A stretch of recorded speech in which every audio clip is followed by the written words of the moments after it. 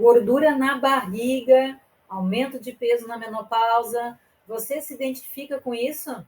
Está acontecendo com você esse aumento de gordura corporal na menopausa? Percebeu que a calça está apertada? O vestido já não fica bem? Pois é, e são algumas mudanças que ocorrem no corpo da mulher no período da menopausa. Mas será que o aumento de peso da menopausa é tudo responsável pela queda de hormônio? Hoje eu quero falar com você sobre esse assunto. Mas já aproveita, clica aqui embaixo no sininho para receber todas as notificações, me segue e vem comigo escutar a explicação de hoje. Sabemos então que a menopausa ela traz um cansaço, um desânimo, um fogacho, alteração de humor, e tudo isso pode fazer com que a gente coma mais, que a mulher procure mais alimentos. Porque quando você está muito cansado, você está com alteração de humor, você não está legal. E principalmente, se você está em casa, você vai ter acesso muito rápido aos alimentos que estão ali para te dar um certo conforto emocional, não é mesmo? Então, nem sempre o aumento de peso na menopausa ele está relacionado só com o aumento, só com a redução dos hormônios na menopausa. Será que não tem um estilo de vida aí mais sedentário? Você se aposentou e agora está caminhando menos, fica mais tempo sentada em casa?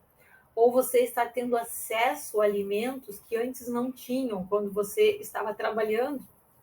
Será que não mudou hábitos alimentares? Então, tudo isso vai interferir no ganho de peso na menopausa. Outra alteração que ocorre nessa fase é quando o metabolismo se altera pela queda do estradiol e você começa a perceber que a gordura começa a ir para a barriga. Então, aí a gente forma dois corpos que a gente chama o corpo pera, que é o corpo antes da menopausa, e o corpo maçã, que é o corpo depois da menopausa.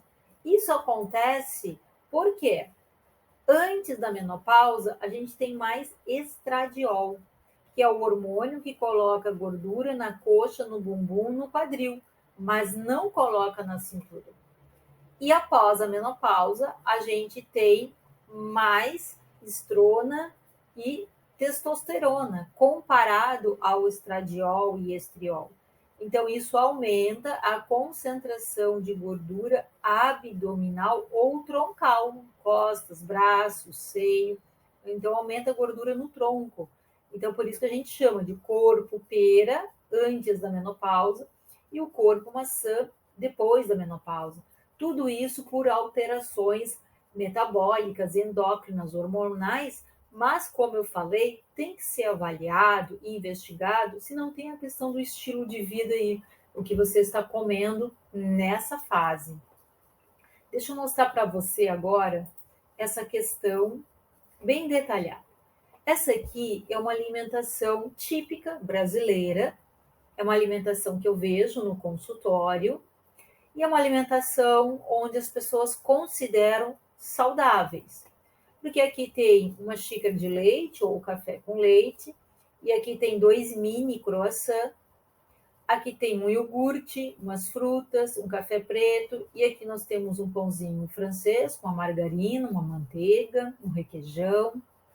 Aqui tem 2 ovos, que é proteína, presunto é proteína, salsicha é proteína, uma fatia, né, grande aqui cortada ao meio de pão integral tostado, um café preto sem açúcar, também é considerado saudável pela maioria das pessoas. E aqui também é considerado saudável para a maioria das pessoas, porque são 2 pães integrais torrados, uma geleia e um suco de laranja. Olhando assim, algumas pessoas podem identificar algumas falhas nessa alimentação. Algumas pessoas vão dizer que não, que está tudo bem, porque é a alimentação da maioria dos brasileiros. Mas agora eu vou explicar para você o que acontece com o corpo da menopausa tendo esse tipo de alimentação diariamente. Então, aqui nós temos, ó, nesse cardápio aqui, nesse café da manhã, 2 mini croissant com café com leite. Vamos focar no croissant. O croissant, ele possui uma massa folhada. E para a massa ser folhada, ela usa muita gordura, muita margarina para a massa folhar. Então, ela é um alimento rico em gordura trans, que aumenta os riscos cardíacos, que é uma gordura que se acumula nas artérias, que é uma gordura que inflama o corpo, e é uma gordura que se acumula na região abdominal. Então, não é um alimento saudável para se comer todos os dias, porque de forma indireta, se ele aumenta a sua inflamação, ele pode te engordar também. Nesse café aqui, pensando numa mulher na menopausa que quer perder gordura abdominal, nós temos aqui um iogurte. Normalmente os iogurtes têm em torno de 20 gramas de carboidrato por copo, ou seja, mais ou menos você tem 2 colheres de sopa cheia de açúcar por copo. E o pão tem mais ou menos 20 gramas de carboidrato também, de 20, 25 a 30 de carboidrato. Então, mais 2, 3 colheres de açúcar esse pão equivale. Então, para quem quer perder gordura abdominal ou peso, essa não é uma combinação adequada para ser consumida diariamente. Eventualmente, não tem problema. A mesma coisa aqui. O ovo ok, o café preto tá ok, saladinha ok. Aqui tem um pãozinho integral tostado, tá ok, não tem excesso. O grande porém aqui é esses 2 alimentos quando consumidos diariamente.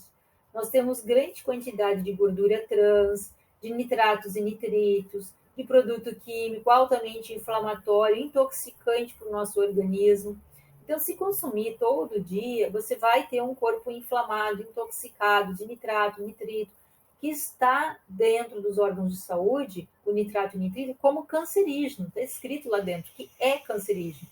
Imagina você comendo isso aqui todo dia, aumentando o teu risco de câncer de mama. Então, não é um alimento ideal para ser consumido diariamente. E se você inflama, você engorda. E aqui nós temos a famosa torrada com geleia e suco de laranja. O que acontece aqui? O suco de laranja tem em torno de 30 gramas de açúcar no copo, que é aí nas 3 colheres de sopa cheia. O pão tem mais 20, 25 gramas de açúcar e a geleia mais 10 gramas de açúcar. Ou seja, praticamente é um café açúcar. Então, isso aumenta a insulina, aumenta a gordura abdominal, que dificulta o emagrecimento. Entendeu agora? Que às vezes o que você está comendo nem é em grande quantidade, mas é qualidade e combinação. As combinações é que você tem que aprender a fazer. E quem é que ensina? O profissional nutricionista que vai te ensinar quais as combinações que você pode fazer para você emagrecer comendo o que gosta. E aqui eu vou dar um exemplo para vocês do que pode ser feito. Ó, você pode manter o pãozinho que você gosta de comer e bota proteína em cima, então os ovos mexidos em cima, porque dessa forma você tem uma proteína que inibe a absorção do carboidrato, esse ovo é rico em gordura, que inibe a absorção do carboidrato, uma fruta de baixo teor de carboidrato e o seu cafezinho. E aqui nós temos o famoso toast avocado, onde a gente tem aqui, de novo, um pão integral tostado, temos o abacate, que não aumenta a glicose, com um alimento altamente nutritivo, junto com o ovo rico em proteína e seu café com leite. Então, essas combinações são anti-inflamatórias, rica em proteína de boa qualidade, não é produto alimentício, não tem excesso de carboidrato, é muito melhor do que fazer essa aqui. Rica em gordura trans, esses 2, excesso de carboidrato, excesso de gordura trans e inflamatório. Aqui você tem uma alimentação anti-inflamatória, sem excesso de carboidrato, não tem açúcar, muito baixo teor de açúcar, apenas do pãozinho. Então, é uma alimentação anti-inflamatória indicada para menopausa. Então, eu volto a conversar com você e perguntar para você: hormônios no climatério têm culpa de tudo? Será que eles têm culpa de tudo? Eu digo para você aí com certeza aí que 60 a 80% é o seu estilo de vida. É a sua atividade física, se está fazendo, se não está, qual a intensidade que você faz, e também é a sua alimentação.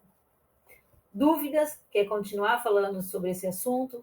Me siga aqui e se precisar de consulta, aqui embaixo está o meu contato. Até o próximo vídeo.